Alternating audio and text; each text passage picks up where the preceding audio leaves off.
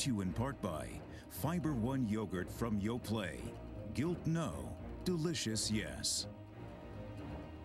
Here's a stat for you. There are about 270 million cell phones in use in this country. 270 million, that's almost one for every man, woman, and child. We all use them. We try to keep them handy.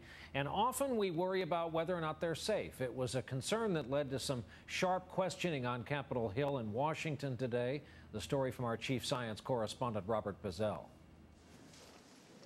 Senator Arlen Specter, who has survived 2 bouts of lymphoma, requested the hearing, asking whether cell phones might cause cancer. It is worth taking a look at.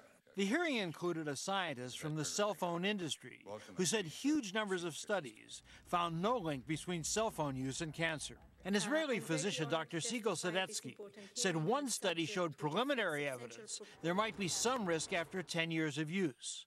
This is a model of the But Dr. brain. Deborah Davis, an environmental activist and professor, warned of a great potential danger. She was starting a long explanation when Senator Specter, a former prosecutor, began cross-examination. Wait a minute. Just answer the question. My question is, what is the strongest evidence you have that exposure to a cell phone causes cancer?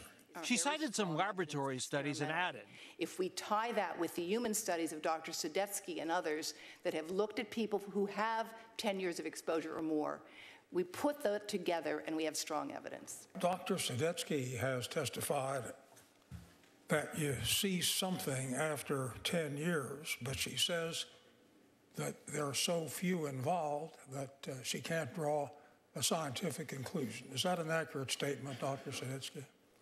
Regarding the 10 years, yes. But first of all, I would like to say that I'm not sure that there is an association. Then Specter turned to the industry scientists. A fair statement of your testimony is that the evidence does not demonstrate that there is no connection between the use of a cell phone and cancer.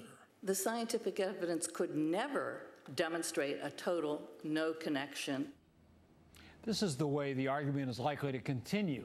Unless there is a definitive study showing risk, people will continue to worry about the firm cause of this because, as you said, there is so many cell phones. Use such heavy numbers. Bob Bazell, thanks as always. We'll take a break, and when we come back, crossing the line, the fall